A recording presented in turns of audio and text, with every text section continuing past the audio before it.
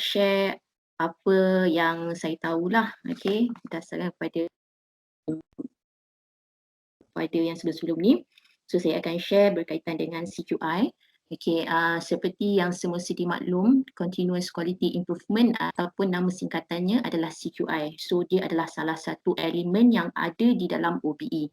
Okey.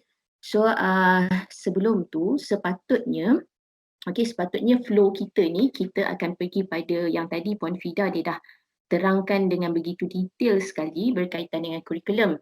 Kemudian selepas pada kurikulum sepatutnya kita akan pergi melihat kepada bagaimana assessment. Okey, assessment, pelaksanaan assessment dan bagaimana kita nak menafsirkan assessment tersebutlah. Okey, tapi disebabkan assessment tu sendiri pun penerangannya adalah agak panjang, so iaitu Puan Fida postpone hold pada sesi petangnya lah pukul 3. Okey, selepas pada pelaksanaan assessment barulah sepatutnya kita akan melihat kepada CQI. Okey, Continuous Quality Improvement CQI. Okey, so sebelum saya nak explain, ini sikit saja, saya punya slide tak banyak pun, kalau tengok kat situ 23 page termasuklah dengan cover dengan slide yang terakhir, terima kasih itulah. So dia ada dalam 21 slide sahaja konten. Okay, so sebelum kita nak pergi melihat dengan lebih mendalam apa dia CQI ni, so ada siapa tak boleh bagi tahu saya kalau CQI ni dalam bahasa Melayunya apa dia? Kalau bahasa Inggeris adalah Continuous Quality Improvement CQI, tapi kalau dalam bahasa Melayu term yang kita gunakan untuk merujuk kepada CQI ni adalah apa? Selain Kak Kemi, yang lain ada tak? Berterusan. Siapa yang jawab? Kak Kemi ke? Sorry. Okey, tak apa. Okey, terima kasih. Alright, so dalam bahasa Melayunya adalah penambahbaikan kualiti berterusan. Okey, so untuk slide saya ni, saya ada macam-macam soalan saya nak tanya. So semua rakan-rakan semua saya nak bersedialah. Okey. Alright, yang pertama sekali sebelum kita pergi lagi, saya ada satu soalan lagi sebab saya nak melihat sejauh mana kita faham berkaitan dengan CQI dan sejauh mana pelaksanaan kita di dalam program DDT ni lah. Okey, yang pertama, soalan saya yang pertama tadi dah tanya dalam bahasa Melayu apa dia, iaitu penambahbaikan kualiti berterusan. Yang kedua adalah, saya rasa yang soalan kedua ni saya nak tujukan kepada Jabatan Sokongan, okey, JPA. Okey, agak-agak JPA ni saya rasa mungkin boleh dia punya ketua khusus lah menjawab. Okey, kenapa kita perlu laksanakan ataupun kenapa kita perlu buat CQI ni di institusi kita? Maksudnya di PBU ni kenapa kita perlu laksanakan CQI?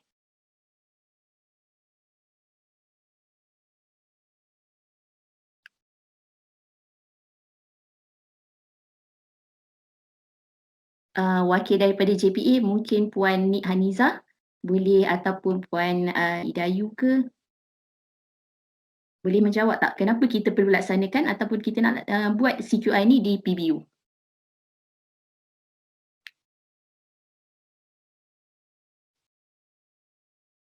Ada tak? Ataupun mana-mana wakil ketua jabatan dia pun boleh, ketua khusus dia pun boleh. Ataupun kalau tak ada, okey, waalaikumsalam. Mungkin untuk mengukur tahap keberkesanan kursus dan program. Okey.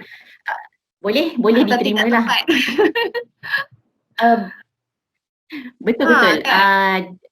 Salah satu faktor ataupun salah satu sebab kenapa kita laksanakan tu adalah untuk kita nak mengukur, kita nak tengok sama ada kita punya kursus tu dia punya CLO lah, especially CLO, sebab yang berkait dengan pensyarah kursus ni adalah CLO. So CLO kita tu tercapai ke tak, ataupun kita ni kita buat PDP kita short-short sendiri, lepas tu macam tu lah setiap semester, macam tu lah prestasi kita setiap semester kan. So itulah antara salah satu faktor kenapa kita perlu laksanakan CQI. Dan soalan yang ketiga, asyik soalan je kan. Okay, so soalan yang ketiga, mungkin wakil daripada JMSK pula boleh menjawab. Okay, boleh bagi saya satu contoh dia CQI yang kita ataupun pensyarah khusus dah laksanakan pada setiap semester. Okay, saya tolong jawabkan kot. Kalau salah betulkan ya. Kita buat CPI tu kita setiap semester kita ada buat clause semua tu kan. So dalam tu kalau CLO tak tercapai ke, PLO tak tercapai ke, kita memang akan mention CQI apa kita nak buat the next semester. So memang setiap semester kita dah buat pun sebenarnya. Okay, bagus. So itu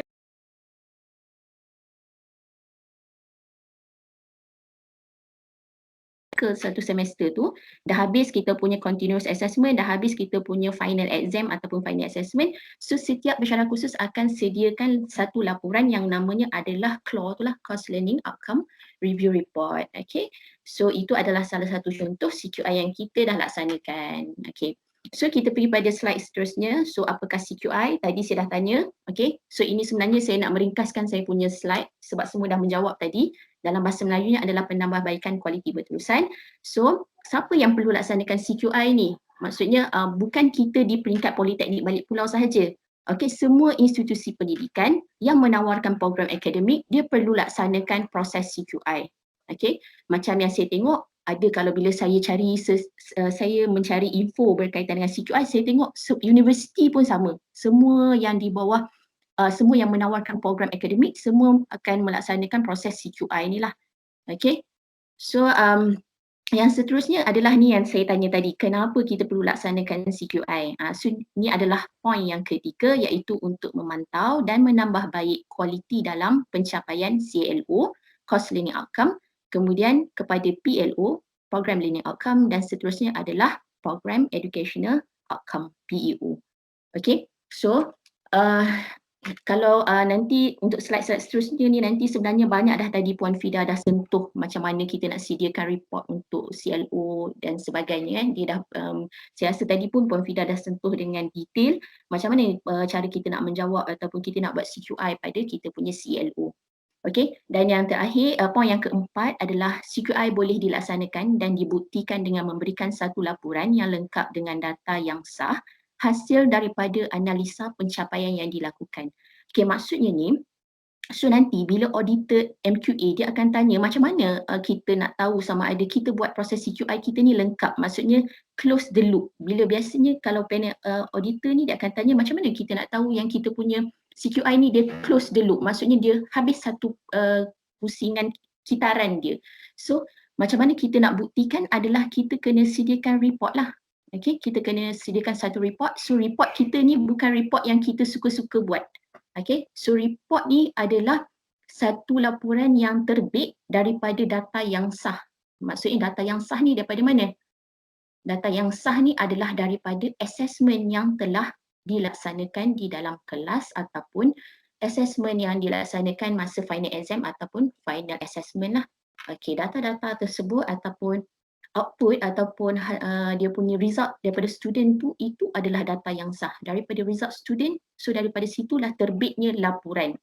Okay, dan lepas ni saya rasa lepas pada saya punya taklimat yang ringkas ni saya rasa nanti pensyarah akan dia akan melihat, dia cakap sebenarnya bila kita buat CQI ni bukan ketua program sahaja yang bertanggungjawab atas CQI ni. Sebabnya ini setiap pensyarah bertanggungjawab untuk menyediakan report ni sebenarnya. Okey. Okey, sekiranya ada soalan ataupun rasa macam sangsi ataupun was-was dengan apa yang saya sampaikan, boleh terus interrupt boleh tanya. Okey. Okey, so seterusnya adalah amalan baik MQA. Ini saya lampirkan satu kitaran. Nama kitaran ni adalah kitaran PDCA. Okey.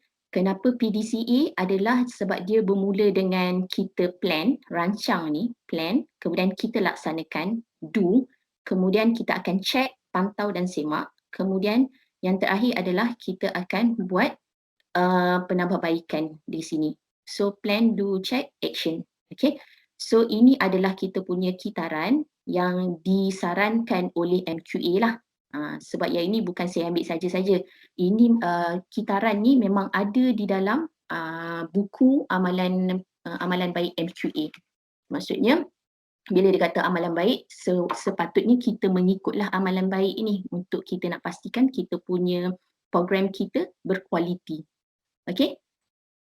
So daripada sini kalau tengok setiap satu phase dia mesti buat CQI lah. So untuk setiap satu phase kita akan buat CQI. CQI itu adalah satu proses yang berterusan. Bukannya bila habis satu cycle kita stop. Bukan dia akan berterusan. Okay. So next adalah okay. So ini adalah OBE.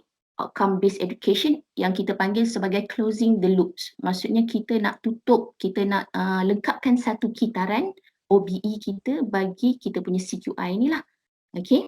So kalau dilihat di sini ada 3 kitaran. Yang pertama adalah kita punya satu cycle untuk CLO. Kemudian yang kedua yang merah ni adalah cycle untuk PLO. Dan yang paling besar ni sekali adalah kitaran bagi PEO. Okay, so tengok kepada kitaran yang pertama ni CLO. Okay, so daripada hasil pembelajaran khusus ataupun CLO ni kita akan laksanakan kita punya PDP, dan kemudian yang terakhir sekali macam mana cara kita nak tengok kita punya output adalah dengan kita melaksanakan penilaian. So lepas pada penilaian, penilaian ni dia terbahagi pada 2. Semua dah sedia maklum, semua dah mahir. Bila kita sebut berkaitan dengan penilaian, bukan fokus kepada PB sahaja, bukan continuous assessment. Tetapi penilaian kita terbahagi pada 2, iaitu continuous assessment dan juga final assessment ataupun final exam. So kita ambil kira penilaian ni bagi kedua-dua kategori tersebutlah. Hasil daripada penilaian ni, ini yang penting kita buat analisa. Ini tadi daripada macam mana kita nak buat analisa, macam mana kita nak sediakan kita punya report adalah berdasarkan kepada data yang sah. Data yang sah tu dekat mana? Ni daripada penilaian. Okay, so daripada penilaian kita akan buat analisa. Di sini kita akan tengok mana CLO yang rendah, CLO 1A ke, CLO 1B ke, atau CLO 2 dan sebagainya. So dekat sini bahagian stage analisa ni kita akan identify mana CLO yang rendah, mana CLO yang tak capai kita punya target. Okay, so hasil daripada analisa tersebut kita akan keluar dengan cadangan-cadangan penambahbaikan. So dekat sini CQI kita, Continuous Quality Improvement. Di sinilah kita keluar dengan report kita apa cadangan-cadangan daripada pensyarah khusus. Dan bila dah dicadangkan, sila pastikan bahawa pada semester yang seterusnya kita melaksanakan CQI yang kita cadangkan. Okay, bukan kita siap, kita punya report cantik, ada 5 cadangan untuk kita punya subjek dan kita simpan senyap dalam kita punya FRP ataupun file khusus. Bukan macam tu Okay, so apa selepas laporan tu dengan cadangan-cadangan CQI kita, sila pastikan bahawa pada semester berikutnya PDP kita akan melaksanakan apa cadangan CQI yang kita dah kemukakan. Okay, so bila di sini kita dah laksanakan pada semester berikutnya, kemudian kita akan buat lagi lah, dia akan sentiasa berpusing ni. Okay, lepas pada tu semester berikutnya, semester yang selepas kita laksanakan apa kita punya CQI tu, kita akan melihat pada penilaian, tengok dia punya outcome, result kita. So kita akan tengok sama ada CQI ataupun kita punya cadangan yang kita cadangkan tu pada semester lepas, adakah berkesan ataupun tidak. Okay, so itu baru closing the loop. Okay, bukan dengan sekadar kita hanya mencadangkan saja dan kita simpan cadangan tersebut dalam fail khusus. Bukan macam tu Okay, adakah jelas rakan-rakan semua?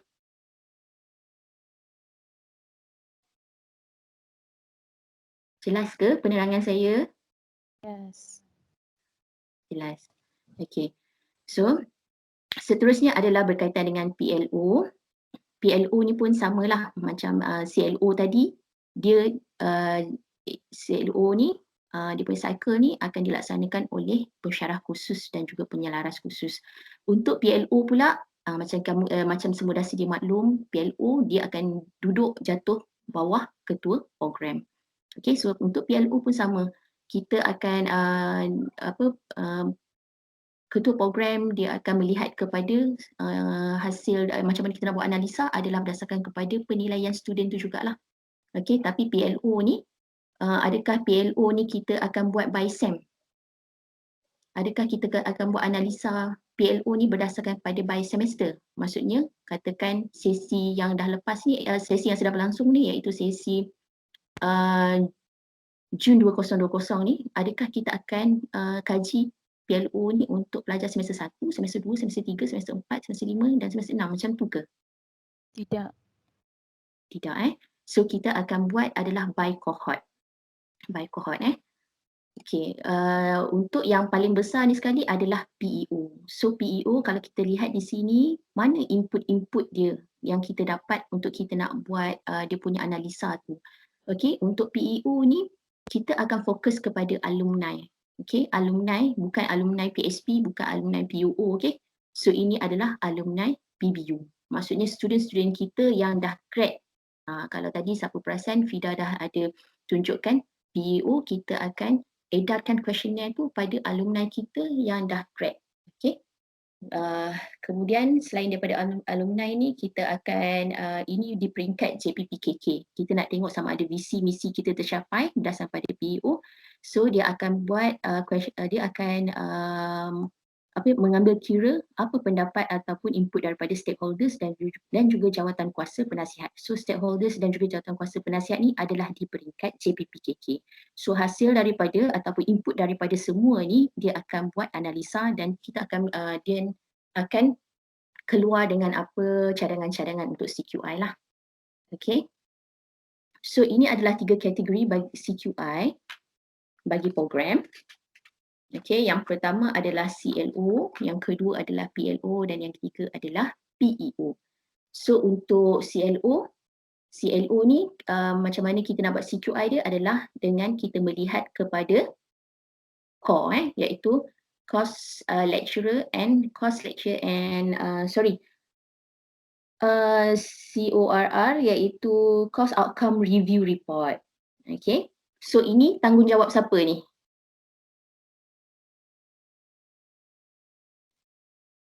Okay, untuk CLO ni kita nak kita nak melihat kepada punya core siapa? Ya. Pensyarah khusus. Pensyarah. Okay, so ini adalah pensyarah khusus untuk CLO ni kita nak kaji, kita nak buat CQI, nak buat analisis CLO, ini adalah pensyarah khusus. Adakah pensyarah khusus sahaja? Penyelaras khusus. Okay, bagus. So, pensyarah khusus dan penyelaras khusus untuk CLO. Okay. So, yang kedua adalah PLO. PLO ni, bila sebut PLO semua dah nampak ketua program. Bila sebut je PLO, nanti bila nak kena audit PLO, saya tak tahu itu semua ketua program punya. Kan? Okay, tak bolehlah jawab macam tu Okay. So bila ada auditor yang tanya apa dia macam mana kita nak tengok pada PLO ni, so kita akan lihat kepada program learning outcome review report di mana ketua program akan membuat analisa dan kita akan mencadangkan apa CQI-nya. Okay. Kemudian yang terakhir adalah PEO. Tadi dah tunjukkan PEO. So PEO ni dia sepatutnya person in charge, siapa yang perlu mengedarkan PEO ni, dia adalah kita punya pegawai alumni lah, pegawai alumni kita.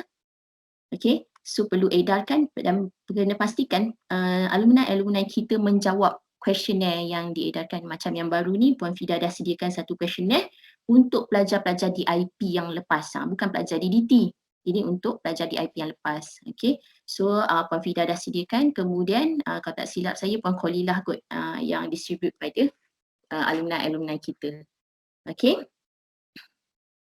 Okay, next adalah ini carta ahli SPMP. Kalau ada siapa perasan, ini boleh dapat daripada kita punya manual SPMP lah. Okay. So di atas ni adalah berdasarkan pada AST. So kita akan buat types of assessment registration. Ni kita buat pendaftaran CA dan juga FE. Kemudian kita buat mapping CLO, PLO. So ini ketua program buat mapping CLO, PLO mapping. Kemudian kita akan buat item registration by CLO. Ni pensyarah khusus akan registerkan kita punya item by CLO. Kemudian markah dimasukkanlah mark registration by CLO. Okay, markah dimasukkan oleh pensyarah khusus. Okay, kalau lihat di sini ada 4 di bawah kita punya flowchart ni ada 4 kategori ataupun 4 bahagian. Okay, yang pertama adalah course lecturer, maksudnya pensyarah khusus. So ini bahagian pensyarah khusus. Kalau tengok kat sini, okay, pensyarah khusus ni yang paling banyak, bukan ni ketua program. Ketua program ni dia dapat input dia daripada pensyarah khusus. Okay, so siapa yang paling banyak peranan dia dekat sini adalah pensyarah khusus. Sebab itulah untuk taklimat kita OBE ni kena pastikan semua pensyarah yang mengajar kena join sekali supaya dia nampak apa peranan, apa tanggungjawab dia sebenarnya. Okay. Kemudian yang kedua adalah course coordinator iaitu penyelaras khusus. Kemudian student. Jangan ingat student tu tak terlibat dengan CLO, PLO, core, PLO tu. Student pun dia terlibat sama dan dia boleh melihat pencapaian PLO setakat semester berapa yang dia berada di sekarang. Okay, dan yang terakhir sekali barulah head of program, ketua program. Okay, so kita lihat pada yang pertama, kategori yang pertama dulu, course lecturer ni, pensyarah khusus. So berdasarkan pada ini saya zoomkan. Okay, Okey, yang ni saya zoomkan. Okey. So berdasarkan pada PB, CLO, PA, CLO, ini adalah perkara-perkara kalau ikut pada slide point FIDA sebelum-sebelum ni, ini adalah perkara-perkara yang kita perlu print daripada kita punya SPMP. Boleh tak kita print sekarang untuk sesi Jun 2020 ni? Boleh tak kita print sekarang ni? PB, CLO, PA, CLO ni, analysis report, core CLO, PLO ni semua cost outcome review report. Boleh tak kita print sekarang ni kalau saya nak suruh print sekarang? Boleh tak? Rakan-rakan semua boleh tak? Belum lagi. Penilaian tak habis lagi. Okay, bagus. So sekarang ni kita tak boleh generate lagi untuk sesi Jun 2020 sebab kita punya penilaian belum settle lagi. Kat mana yang tak settle lagi? PB dah settle dah tutup lama dah. Yang tak settle lagi adalah bahagian PACLO. Okay, so bila habis dah selesai kita punya penilaian, kalau ikut yang semester ni adalah penilaian alternatif lah. Okay, bila masing-masing dah semua dah key in penilaian alternatif, so of course PB pun dah settle. Okay, so bila kita punya markah student dah di-generate, so masa tu baru unit exam akan buka semua apa kita panggil, semua link ni lah untuk kita nak print. Okay, PBCLO. So semua perkara, 4 perkara ni memang Puan Fida, sebelum ni Puan Fida dalam slide dia memang dah highlightkan 4 item ataupun 4 perkara ni yang perlu kita sediakan untuk kita hantar ke dalam file. Okay, so berdasarkan kepada sini, okay, so kalau lihat pada yang bawah sekali ni, kita akan buat dia punya CQI, Teaching and Learning, berdasarkan kepada core ni lah. Okay, so macam mana cara kita nak sediakan kita punya CQI? Sebenarnya berdasarkan kepada kita punya ni. Okay, masing-masing boleh generate ni kan, kita punya core ni kan. Okay, setiap pensyarah, bukan ketua program sahaja Okay, setiap pensyarah akan generate core ni, course outcome review report. So daripada core, yang ni saya nak masing-masing tolong fokus supaya bila nanti hantar report ni, okay, hantar borang ni nanti tak adalah yang kena return 2-3 kali kena return. Okay, so berdasarkan kepada kita punya core ni, apa yang kita nak tengok adalah pencapaian CLO yang rendah. Okay, so kalau di sini yang saya highlightkan adalah dalam yang dalam square hijau ni, yang saya highlightkan di sini adalah group attainment. Kita nak tengok group attainment. Group attainment. Kenapa kita ambil group attainment ni? Sebab dia menggambarkan keseluruhan pencapaian sebenar pelajar. Okay, dia ambil keseluruhan pencapaian sebenar pelajar. Yang ni yang kita nak fokus sebenarnya. Okay, ada soalan MQA yang ditanya, kenapa kita nak fokus kat sini? Kenapa kita tak fokus di student achieve over and equal to 50%? Okay, untuk student achieve lebih atau sama dengan 50%, ini untuk pelajar-pelajar yang lebih daripada dia dapat skor, dia punya result dia skor lebih daripada grade C. Okay, so untuk kita analisis, bila kita nak buat analisis kita lihat pada group attainment. Maksudnya pencapaian student kita secara puratanya adalah di sini. So bila lihat di sini, memang kalau kita letak 50 tu adalah kita punya benchmark kita. Maksudnya kalau lihat di sini memang tak di 50. Ini 60, ini 59, 88 dan 86. 88 dan 86 kita kira ini memang tinggi lah. Maksudnya pencapaian dia adalah bagus untuk CLO 3 dan CLO 4. Tetapi bila kita lihat di sini ada CLO 1 dan CLO 2. So berdasarkan pada CLO1 dan CLO2, yang paling rendah adalah pada CLO2. So bila kita lihat CLO2 kita memang dia 59, skor dia adalah 59%, lebih daripada 50 kita punya benchmark. Tetapi takkanlah kita nak biarkan kita punya student memang berada di takat ni je pada setiap semester. Tak boleh macam tu. Maksudnya kita kena buat sesuatu untuk CLO2. Okay, so macam mana kita nak tengok sekejap. Okay, so macam mana kita nak tengok kita nak buat sesuatu di sini. Okay, so kita lihat kepada kita punya PB dan juga PA. Okay, sebab kita nak tahu CLO2 ni berkait tentang apa, topik apa yang terlibat, apa assessment yang terlibat untuk CLO2. So kita buka pada kita punya semak PB CLO. So di sini kita boleh lihat pada kita punya jadual ni PB CLO, ataupun kita boleh rujuk pada kita punya assessment table di dalam syllabus. Okay. Okay, ni dia terlari sikit saya punya square ni. Dia terlari sikit. Sepatutnya hijau ni saya nak highlightkan dekat ClO2 dekat sini. Okay, so bila lihat di sini,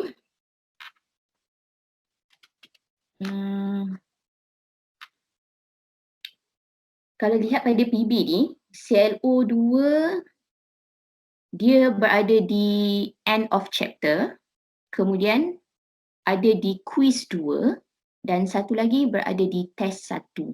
Ni yang kita uji ClO2 lah. Okay, so ada 3 assessment. Okay, alang-alang saya dah buka saya dah buka kita punya ni PB ClO ni. Antara salah satu auditor dalaman yang pernah komen sebelum ni adalah berkaitan dengan terms yang kita gunakan. Contoh dalam silibus kita, dia nyatakan bahawa dalam silibus ada AST table, kemudian dalam AST table kita ada 4 quiz. Okay, dan 4 quiz tersebut ejaannya adalah QUIZ. Okay, dan sila pastikan bila kita buat pendaftaran assessment, pastikan di sini kita pilih assessment yang betul, QUIZ, bukannya KUIZ, bukannya dalam bahasa Melayu. Maksudnya kalau dalam kita punya AST table tu, assessment kita di dalam English, menggunakan terms dalam English, so make sure dekat sini pun kita guna English jugalah. Okay, sebab sebelum ni ada isu ataupun ada kes yang ramai staff menggunakan ataupun ramai rakan-rakan pensyarah yang menggunakan kat sini KUIZ, maksudnya digunakan term bahasa Melayu. Okay, di sini pun sama, KUIZ. Padahal dalam AST table, terms yang digunakan adalah QUIZ. Okay, sila pastikan kita pilih jenis penilaian yang betul lah. Okay, so patah balik pada sini. Kalau kita tengok kepada ketiga-tiga PB ni, alright. So, kita boleh lihat penyumbang terbesar kejatuhan ClO2. Dia berada di, kalau tengok pada test 2, betul tak? Sebab kalau kita tengok end of chapter ni, okay, markah student. Okay, quiz 2 pun okay. Okay, tak ada yang terlalu rendah sangat. Tetapi kalau kita tengok pada test 1 ni, markah penuh dia adalah 35. So di sini kita tengok ada yang dapat 8/35 dan sebagainya. Okay, so sebab itulah kita sebagai pensyarah khusus, kita memang kena go through satu persatu kita tengok. Okay, kita sebagai pensyarah khusus, kita je yang tahu mana satu pencapaian yang paling rendah sekali. So di sini kita tengok test 1 sebagai contoh. Okay, antara ketiga-tiga ni, test 1 yang menyumbang kepada faktor penurunan ClO2 yang sangat mendadak lah kalau kita tengok kat situ. Okay, so mungkin daripada sini, kita kena kaji balik, kita tengok balik sebab ini adalah kita punya PB. Okay, so mungkin dekat kita punya table CIS, masing-masing ada buat table CIS kan? CIST kan? Okay, so mungkin dalam table CIS kita plotkan kita punya item dekat kategori ataupun dekat level yang paling sukar. Maksudnya kita punya soalan untuk test ni, masing-masing semua duduk di C3. Tak ada langsung soalan C1. Okay, so sebabnya CIS tu kita sendiri yang buat. Kita pensyarah khusus yang buat bersama-sama dengan penyelaras khusus. So kita kena tengok balik apa silap kita dekat sini. Memanglah kita akan cakap ini salah student lah, bukan salah saya kan.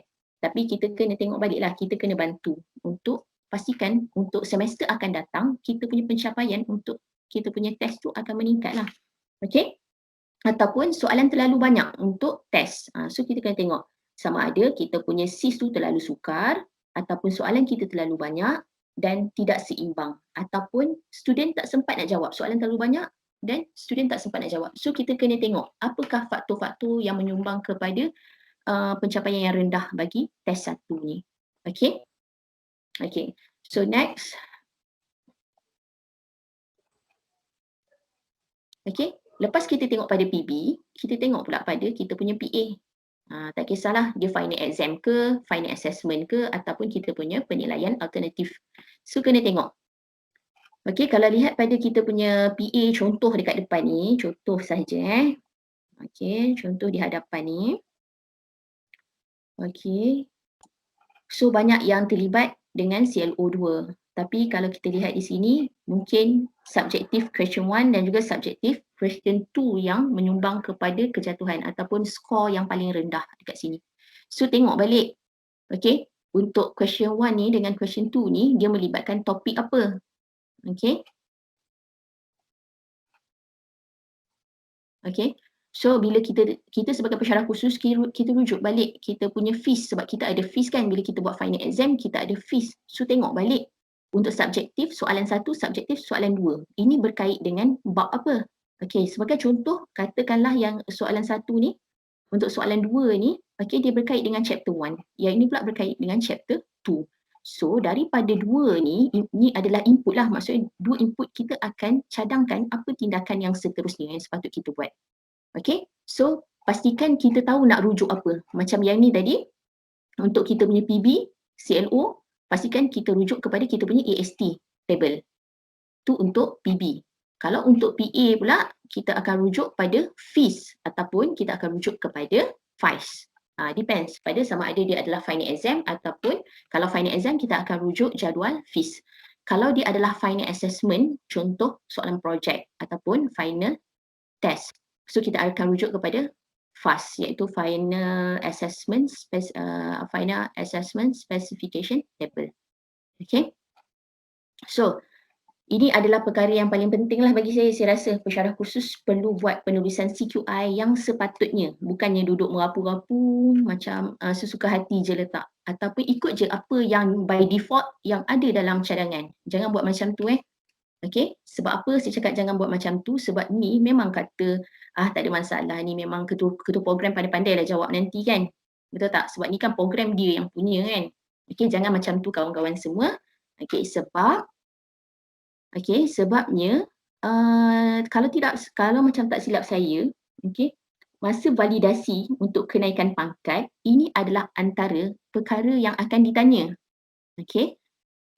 Perkara yang akan ditanya oleh panel validasi, tak kisahlah 41 nak naik 44, 44 nak naik 48. Kalau kita ni bertuah, terpilih, dia akan tanya apa CQI yang kita laksanakan di dalam kita punya kursus. So ada tak bukti? So macam mana kita nak kemukakan bukti? Takkan kita nak bagi kita punya core ni yang kita cakap tiada cadangan. Takkan kita nak buat macam tu. So sila pastikan cadangan ni adalah cadangan yang betul-betul relevan dan cadangan yang logik yang memang kita boleh laksanakan pada semester hadapan. Okay, macam tu saya cakap, jangan bagi cadangan yang short sendiri. Yang bila kita letak je kita punya cadangan, kemudian kita simpan dalam kita punya file khusus. Tak perlu kita buka dah. Okay, so di sini yang penting. Okay, kalau tengok kat sini, penulisan CQI. Okay, penulisan CQI tertumpu kepada topik yang terlibat. Sebab tadi kita dah buat analisis, kita dah tengok dekat atas tadi. Kita dah check satu persatu CLO2 yang rendah pencapaian dia. So CLO2 tu daripada mana? Siapa yang menyumbang kepada CLO2? So kita tengok PB, kemudian kita tengok FA pula. Okay, untuk PB tadi kita tengok apa yang terlibat, contohnya test. Okay, untuk FA pula kita nampak penyumbang dia yang terbesar adalah soalan subjektif tadi. Soalan subjektif, ada 2 subjektif, iaitu yang terlibat adalah topik 1 dan topik 2. So di sini ada yang mencadangkan supaya kebiasaannya kita kena letakkan cadangan CQI yang boleh diukur dan dibuktikan. Okay, jangan kita letak merapu-rapu. Macam kita nak cakap, kita nak laksanakan contoh macam kita nak laksanakan pembelajaran dengan lebih interaktif sebagai contoh. So macam mana kita nak uji untuk semester depan, kita nak laksanakan kelas kita dengan lebih interaktif, macam mana kita nak ukur benda tu? So susah kan? Okay, so kalau nak nampak kita tulis cara penulisan kita smart dan juga nak nampak yang itu adalah satu cadangan yang sangat relevan. Okay, so kita letak indikator di situ ataupun kita letak cadangan CQI yang boleh diukur dan boleh dibuktikan. Okay, ini adalah satu contoh yang sangat baguslah bagi saya. Okay, so kat sini dia memang mention mengadakan 2 set soalan tutorial bagi topik 1 dan 2 yang menjurus kepada CLO2.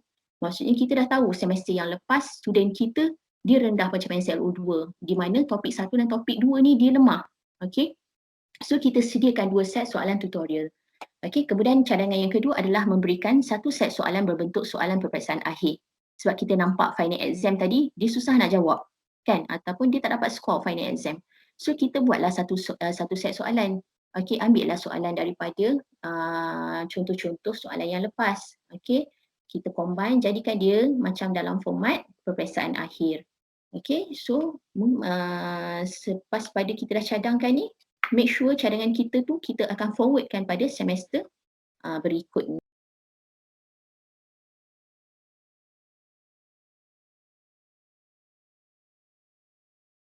Cadangkan supaya hasil daripada tindakan hasil daripada CQI tadi yang telah dikemukakan oleh oleh pensyarah khusus.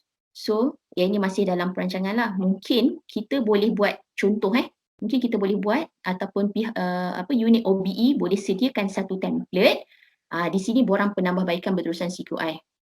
Okay, di sini dia punya ini tanggungjawab setiap pensyarah khusus. Maksudnya benda ni tak duduk di atas kita punya pensyarah khusus ataupun ketua program. Ini masing-masing punya tanggungjawab lah.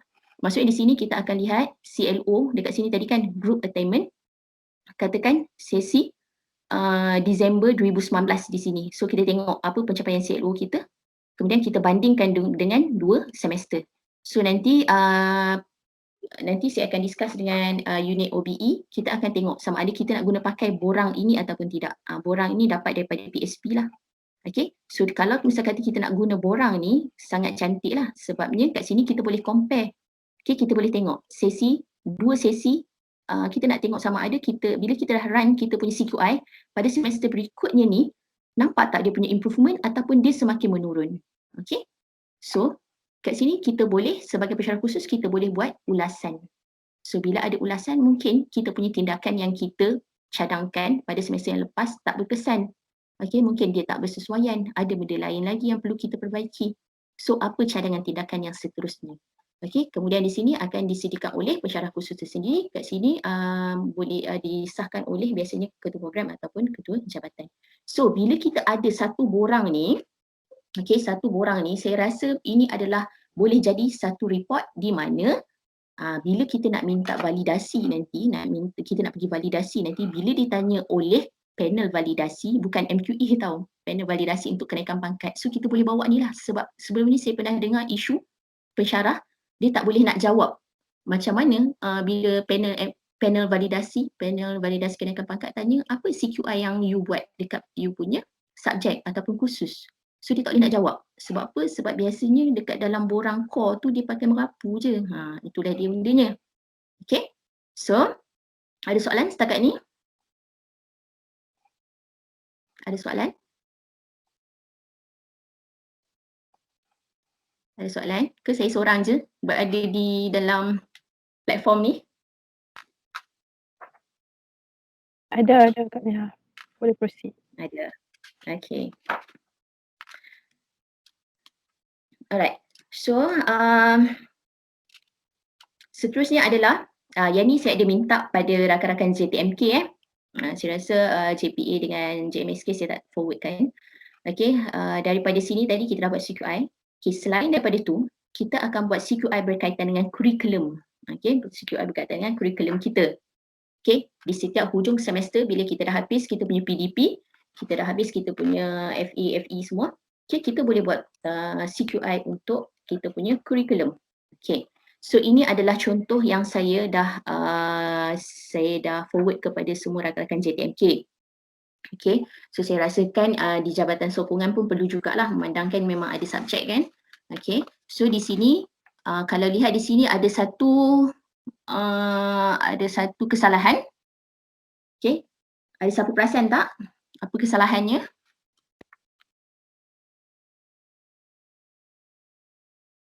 Okay, tak ada. Alright.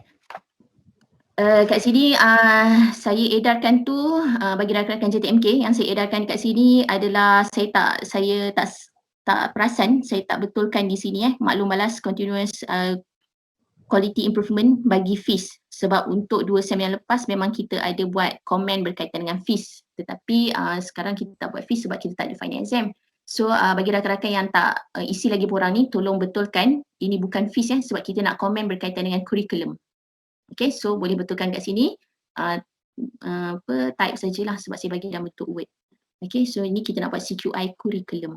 So ini satu contoh yang saya dah minta izin pada Kak Kemi yang saya nak display kat sini. Okay, satu contoh yang kita boleh buat untuk kita nak buat CQI curriculum. Okay, so ini untuk subjek switching and routing essential. So boleh masukkan, so ini pengalaman mengajar kursus ini. Okay. So boleh nyatakan kat sini perkara-perkara yang kita nak cadang, yang kita nak komen dekat sini. Kak Perkara. Miha, sorry. Ya. Nak minta zoom sikit boleh tak? Sebab nampak kecil sangat lah. Okay. Okay tak? Afni dah okay ke? Better than just now. Okay, Okay. nampak. Alright. Okay, so ini yang bagi saya macam wow, detailnya Kak Kemi ni bagi. Okay, bagus lah satu contoh yang bagus yang kita boleh ikut.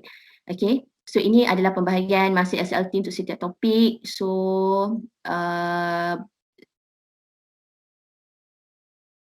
okay, so ini untuk cadangan yang baru yang dia nak cadangkan adalah ini adalah dia punya agihan SLT yang dicadangkan. Okay. Kemudian ini untuk PDP lah kan, PDP untuk keseluruhannya. Okay. Kemudian yang ini untuk penilaian. Okay, contoh penilaian 34 jam keseluruhan penilaian yang terlibat. Kemudian practical task 9 jam face to face dan 4.5 jam untuk non face to face. Okay, yang ini contoh yang saya nak tunjukkan lah, bukan kita nak kaji apa yang dia komen. Okay, so ni cadangan dia, sorry belah sini saya screenshot. Okay, so ini berkaitan dengan keseluruhan kurikulum. Okay, ini untuk penilaian sahaja. Kemudian ini yang dicadangkan Okay, so bilangan penilaian. Maksudnya yang ini yang pensyarah khusus cadangkan. Okay, yang dirasakan bahawa practical task sepatutnya ada 3. PBT presentation sepatutnya 1, PBT ni ada 1 dan juga practical exercise ada 3. Okay, alright, ini satu contoh. Okay, so saya pun minta rakan-rakan yang lain yang masih tak hantar lagi dekat saya boleh usulkan pada saya. Sebab apa? Sebab ni yang saya minta ni CQI curriculum yang borang ni bukan saya akan simpan saja-saja, tetapi nanti bila dah semua dah hantar banyak cadangan daripada rakan-rakan pensyarah, saya akan forwardkan kepada bahagian BPK, CPPKK supaya mereka akan ambil maklum lah. Ada komen daripada kita yang ada cadangan-cadangan untuk penambahbaikan bagi setiap khusus yang kita tawarkan pada semester sekarang ni lah. Okay, itu satu contoh. Kemudian contoh yang kedua, ini yang sesi Disember 2018 hari itu. Okay, alright. Satu contoh untuk IPT. Okay, boleh juga kalau misal kata nak buat macam ni dalam bentuk ayat pun tak ada masalah. Okay, kalau lihat di sini ada komen. Okay, di mana komen ini kita telah usulkan kepada pihak BPK dan mungkin bukan daripada PBU sahaja yang komen berkaitan ni, sebab dia isunya berkaitan subjek IPT ni pada sesi Disember 2018 ni kita mengikut program struktur, mengikut struktur program, memang dia perlu ditawarkan bersama-sama dengan object oriented programming. Untuk bagi yang tak tahu, IPT ni dia menggunakan sama, dia menggunakan Java dan OOP ni pun menggunakan Java juga. Maksudnya kita offer dua benda dalam satu semester yang sama. Sepatutnya kita kena offer object oriented programming dulu, baru next semester baru kita akan ajar IPT, tapi dalam struktur program dia minta kita tawarkan yang sama. So ini komen daripada pensyarah khusus Puan Azrina, di mana dia cakap khusus ini tak sesuai. Okay, dilaksanakan bersama-sama dengan khusus OOP. Okay, so hasil daripada ni, okay, mungkin macam saya cakap tadi, mungkin ada juga ramai juga daripada politeknik yang lain yang mengusulkan CQI yang sama. Maksudnya ramai yang komen supaya jangan buat dalam semester yang sama. So apa yang kita nampak sekarang ni dalam struktur program yang sekarang yang kita guna pakai, kita offer OOP terlebih dahulu. Semester berikutnya baru kita offer IPT. Okay, maksudnya ada, maksudnya pihak JPPKK tu dia memang mendengar input daripada kita lah dan memang dia akan tengok lah satu persatu. Okay, alright. So yang kedua adalah course coordinator. Syaratan ahli SPMP, ni kita balik semula. Course coordinator iaitu penyelaras khusus. Okay, so dia ada soalan ke? Hello Pak Miha. Ya. Saya nak tanya sikit Miha. Aha. Dari maklum balas yang pecahan pensyarah bagi tu kan, Okay. Okay, kalaulah pihak BPK dia dah ambil maklumat last tu, benda tu tertulis atau macam mana kalau saya takut nanti kalau auditor datang tengok, dia kata apa ni maklumat last tu, apa tindakan BPK, adakah benda tu diambil. So ada catatan kat mana-mana atau kita buat something yang macam kita catat dekat borang tu dah diambil tindakan atau macam mana tu? Yang setakat ni kita buat sebab dia ada dua medium yang kita akan hantar borang CQI ni. Yang pertama adalah disediakan satu Google Form. Okay, kalau untuk Google Form tu mungkin nanti saya boleh minta daripada wakil JPPKK iaitu Cik Faiz, sekiranya dia ada record macam kalau ikut macam semester lepas Puan Fida ada kutip CQI daripada pensyarah kemudian masuk dalam Google Form, mungkin dia punya form tersebut saya boleh minta daripada Cik Faiz. Satu lagi adalah kita email secara direct lah. So email secara direct tu ada beberapa semester yang saya ada email dia, saya ada simpan email dia. Tapi dari segi di sana, di pihak BPK itu sendiri, kita tak ada, macam saya cakap sebelum ni, kita tak ada minit mesyuarat yang mengatakan okey ni dia ambil input ni daripada PBU, dia ambil input ni daripada PSP, itu tak ada. Okey, dan bila saya minta pada Encik Faiz, dia macam dia cakap susah lah dia nak cari benda tu. Saya pun tak pasti sama ada dia ada ke tak minit mesyuarat tersebut. Oh, tak, maksud saya kan macam tindakan hasil maklum balas yang daripada poli kita ke poli lain. Kita bagi pada malas kurikulum dan ada benda-benda yang dah diambil tindakan oleh BPK kan? Ya, betul. So benda tu dia catat kat mana, macam mana kita nak tunjuk benda tu dah diambil tindakan oleh BPK dan kita telah follow benda yang dia diarahkan oleh BPK tu. Ada tak medium yang kita nak tunjuk, benda yang kita nak tunjuk tu? Itu maksud saya. Medium dari segi medium mungkin dia keluarkan sebarang arahan ke atau benda-benda yang kata benda dia dah berubah dan kita just follow. Okey, dia berdasarkan kepada version kurikulum yang memang kalau kita tengok DDT ni setiap semester memang dia buat tambah baik lah. Maksudnya dia release berdasarkan kepada input yang dia dapat. Komen lah. Ya, betul. So Okay. saya akan lampirkan berdasarkan kepada CQI yang kita buat tu. So saya akan lampirkan apa version pada semester yang berikutnya. Macam tu. Okay. Rasa sebab saya takut nanti kita tak dapat buktikan benda yang kita bagi maklum balas, tindakan yang diambil. So dari segi kalau dia bagikan version tu, okey lah, boleh jawab tu, okey lah. Terima kasih banyak. Okay. Alright, okay. Next untuk penyelaras khusus. So penyelaras khusus ni kita nak buat bermula pada semester ni lah. Kita nak buat nampak dia lebih tersusun sikit lah. Okay, untuk penyelaras khusus kita nak CQI ditulis di dalam minit mesyuarat khusus di hujung semester. Okay, so mesti pelik kan, mana pula minit mesyuarat khusus ni? So saya rasa cukup dengan minit syurai dan sebagainya lah. Sebab apa? Untuk setiap kursus biasanya kita ada lebih daripada seorang pensyarah yang mengajar. So bila ada lebih daripada seorang yang mengajar, maksudnya penyelaras khusus tu kena sit down dengan semua pensyarah khusus tersebut dan kita berbincang apa CQI yang kita boleh buat untuk kita nak naikkan kita punya CLO tersebut lah. Okay, ini masih lagi berkaitan dengan CLO. Okay, so bermula pada semester semasa sekarang ni, so menjadi tanggungjawab penyelaras khusus untuk memanggil rakan-rakan yang lain yang mengajar subjek yang sama untuk berbincang. Okay, berbincang dan listkan apa dia CQI dia. Dan saya minta supaya buatlah sikit minit mesyuarat untuk perbincangan tersebut. Okay, supaya benda ni kita nampak macam tersusun, cantik je kita punya flow, okay? Right? So ini tanggungjawab penyelaras khusus. Okay, so tadi bila penyelaras khusus dah berbincang dengan rakan-rakan khusus yang lain, okay, dia akan came out dengan beberapa cadangan dia. So cadangan-cadangan ini boleh berbincang, boleh dibawa dan kita bincang bersama. Maksudnya ketua program boleh bincang dengan penyelaras khusus, apa dia cadangan-cadangan CQI. Kemudian pelaksanaan CQI dibincang dan diminitkan di dalam minit mesyuarat khusus ketika awal semester berikutnya. Maksudnya sebab kita nak pastikan supaya kita tak buat benda ni syok sendiri. Bila pensyarah khusus, bila penyelaras khusus, dia ada dia punya list of cadangan tu tadi, kita nak pastikan bahawa semua tindakan ini kita akan forward kepada semester berikutnya. Okay, so ini kita akan minitkan dan kita akan pastikan di dalam minit mesyuarat khusus ketika awal semester. Okay, So next adalah implementasi CQI boleh dimasukkan di dalam SIS ataupun aktiviti PMP semester berikutnya. Maksudnya kita tengok balik kita punya SIS. Mungkin tadi kita tengok kan masa yang kita tengok pensyarah khusus tadi, kita tengok mungkin SIS kita terlalu fokus kepada C3. Banyak soalan yang kita tanya adalah C3 untuk test. Sebab tu kita mesti LO2 rendah tadi.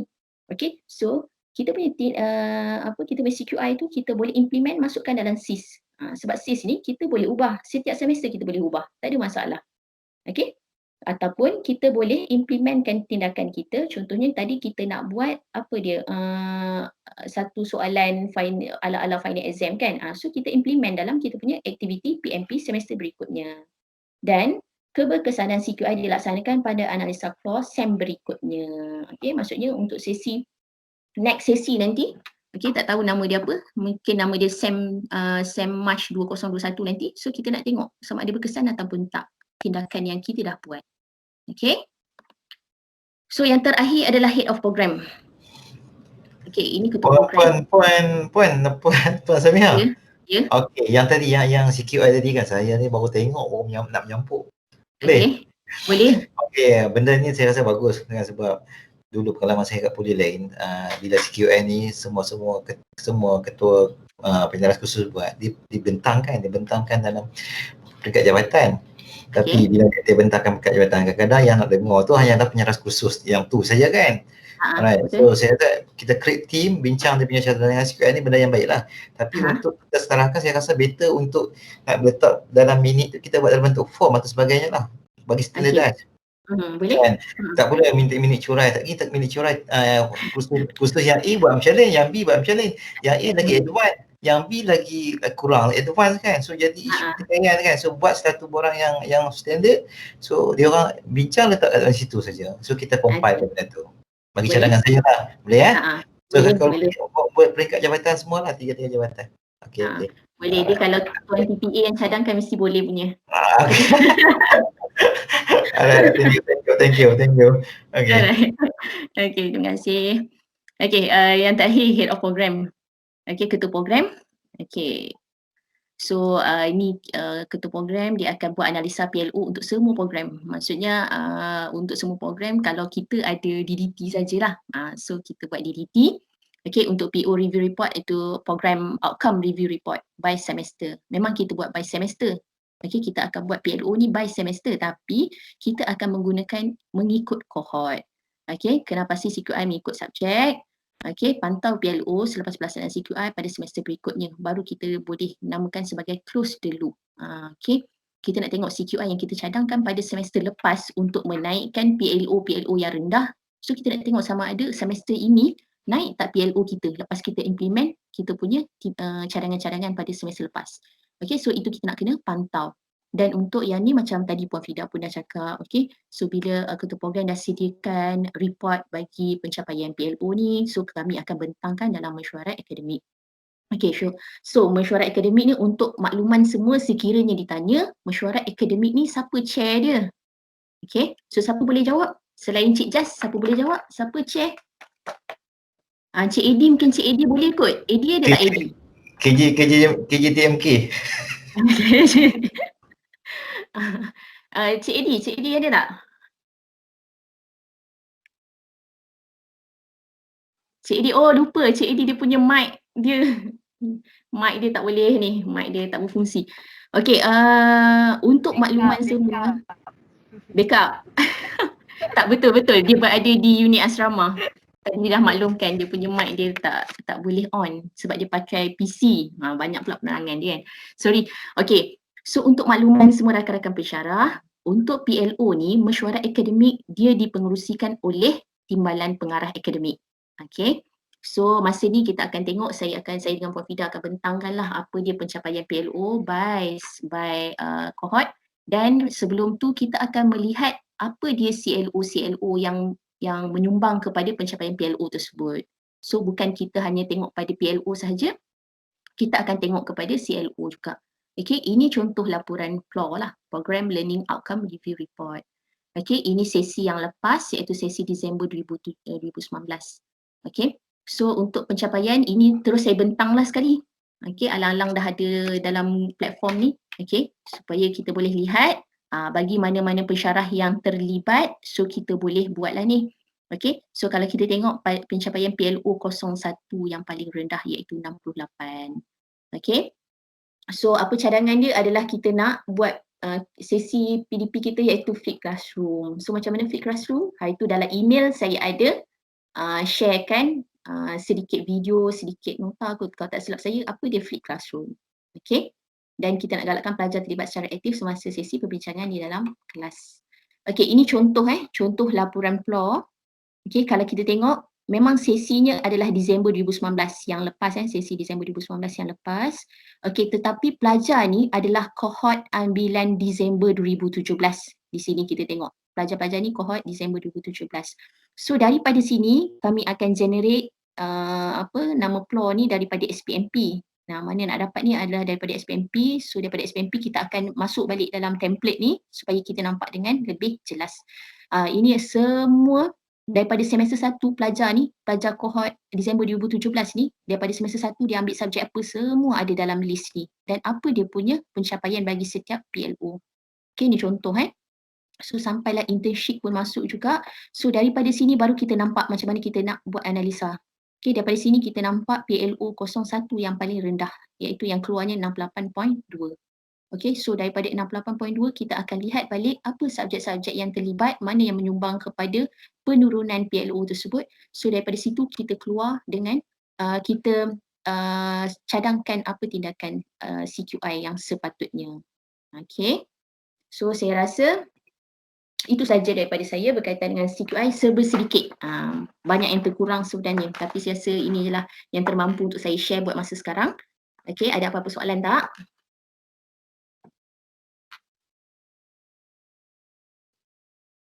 Ada apa-apa soalan? Saya rasa semua orang dah dekat kedai makan tu Puan Samiha, saya nak bertanya. Okay. Macam tadi Puan ada bagi contoh CQI kursus kan dalam report CLAW. Betul? Okey.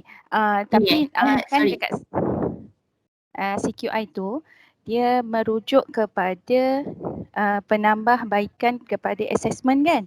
Ya, betul. Okey.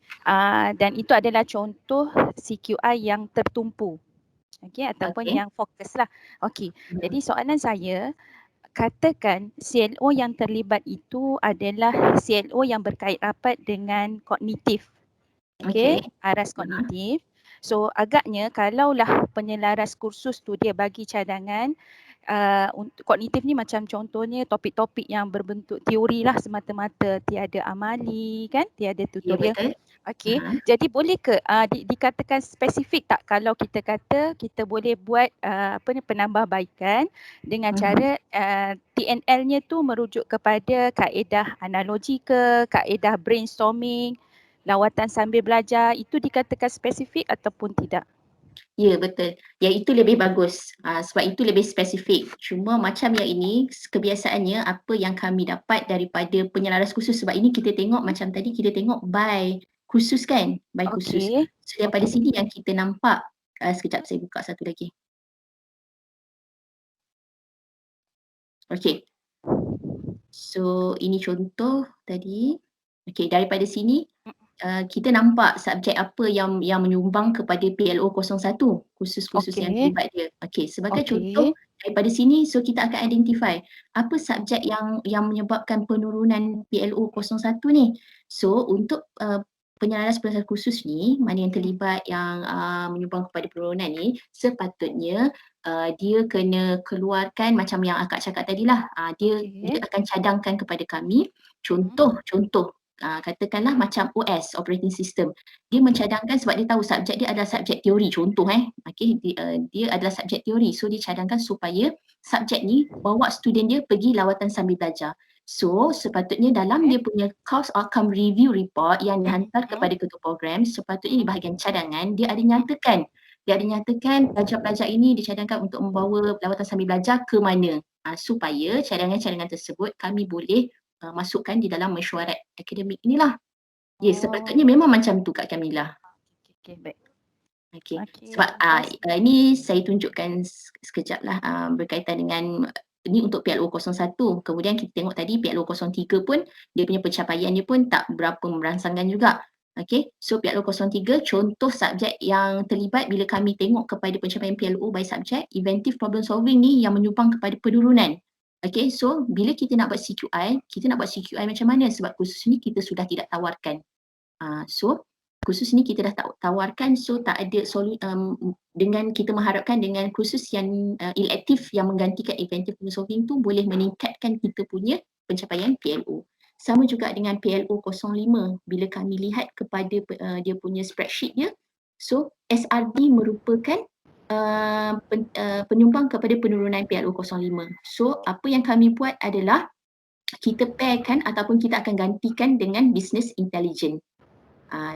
Kerana kita nampak business intelligence ni dia lebih praktikal. Okay. So ini slide yang kami bentangkan masa dalam meeting akademik lah. Okay, dan slide ini juga saya ada emailkan kepada rakan-rakan pensyarah untuk lihat apa dia kita punya pencapaian PLO untuk sesi yang lepas. Okay. Ada soalan tak? Puan Samiha. Ya. Okey, apa yang Puan Samiha terang ni lebih kepada modul punya CQI lah ya, kepada kursus ya, kursus untuk CQI. Okey, untuk kursus untuk program secara keseluruhan ialah contoh macam Puan Fida, Puan Samiha ada terang tadi pasal program punya CQI tu secara keseluruhan tu yang PLO ni satu lagi yang kita buat macam ketua program punya saya nampak lah ya, apa saya nampak ketua program buat usaha inisiatif membuat bengkel khas untuk pelajar-pelajar yang lemah. Itu pun salah satu CQI untuk program ya. Jadi daripada sini kita buat bengkel, itu salah satu CQI juga tu ya. Sebabnya kalau kita tengok MQA ni CQI dia merangkumi modul CQI, dia merangkumi program dan juga institution ya, keseluruhan lah periodic program. So modul monitoring ni dia lebih pada monitoring ya. Modul monitoring ni lepas setiap habis kursus setiap semester. So sekarang kita duk buat curriculum review yang mana Puan Samiha, Puan Fida tengah minta pada pensyarah-pensyarah semua komen pasal silibus masing-masing, itu pun CQI kan. Lepas tu yang program pula secara keseluruhan tu macam buat bengkel khas untuk pelajar-pelajar yang lemah, itu pun salah satu CQI. Itu yang okey, lagi banyak sebenarnya CQI ni, betul ya Puan Samiha? Ya betul. Kalau ikutkan CQI ni dia sangat meluas. Sangat meluas macam tadi Puan Wahidah sebut, memang kita macam sebelum ni kita ada buat CQI berkaitan dengan program, berkaitan dengan contoh macam OOP. OOP tu ada, kalau tak silap saya masa sesi tahun 2018 atau 2017 yang memang bila kita tengok setiap kali habis final exam kita tengok student DDT ni mana yang track software memang drop sangat pencapaian bagi subjek object oriented programming. So apa yang kita buat adalah kita tanya penyaras khusus bersama dengan pensyarah. So apa yang penyaras khusus sarankan, cadangkan adalah kita adakan bengkel. So bila kita laksanakan bengkel ni pada 2 semester yang berikutnya memang kita nampak peningkatan yang sangat ketara berkaitan dengan pencapaian student bagi subjek ni. Memang untuk bilangan pelajar yang fail tu boleh dikatakan pada 2 semester berikutnya langsung tak ada. So ini memang satu inisiatif yang diambil oleh penyaras khusus bersama dengan timnya lah. Okey, betul. Itu yang kita kata CQI tu, kita nampak improvement. Improvement kena ada ya. Bukan sahaja macam pensyarah khusus semua, anda menyarankan sesuatu ya, tindakan yang nak dibuat semester ni, contoh semester depan, sebabkan pelajar banyak fail, so semester depan anda kata nak buat flip classroom. Anda kata nak bawa pergi, pelajar pergi buat lawatan, contoh anda cakap macam tu, anda nyatakan begitu di dalam laporan, tapi pastikan benda tu dibuat. Ya, benda tu perlu dibuat. Sebabnya benda ni, apa yang anda buat ni akan direport pula pada semester akan datang punya CQI. Nak tengok berkesan atau tidak. Ya, okey. Puan Samiha boleh teruskan. Okey, apa dah kaedah dah habis satu. Oh, dah habis dah pun. Okay. So itu saja dari saya. Okey, so sekiranya ada apa-apa soalan berkaitan dengan CQI, rasa tak faham, terutamanya pensyarah-pensyarah yang baru, seperti adik-adik yang baru ni, kalau rasa tak faham, mungkin penerangan kali pertama masing-masing tak nampak lagi sebab tak guna lagi SPMP dan sebagainya, so boleh datang tanya kami saya, Puan Fida dan juga ketua jabatan boleh tanya untuk penerangan lebih lanjut. Berkaitan dengan CQI dan juga berkaitan dengan assessment, so kita tak boleh ambil mudah lah benda-benda berkaitan dengan program ni. So rasa tak clear, terus tanya, walaupun tak kisahlah pensyarah baru ataupun pensyarah senior pun tak ada masalah. So itu sahaja daripada saya. Terima kasih. So saya serahkan balik pada Puan Sarina. Okey, terima kasih Puan Samiha atas taklimat berkenaan dengan CQI. Jadi kita akan tangguh dulu kita punya taklimat ni ke pukul 3 nantilah. Pukul 3 kita akan masuk kepada OBA lah, iaitu outcome based assessment, dan pukul 3 nantilah. Okey. So sekian, terima kasih.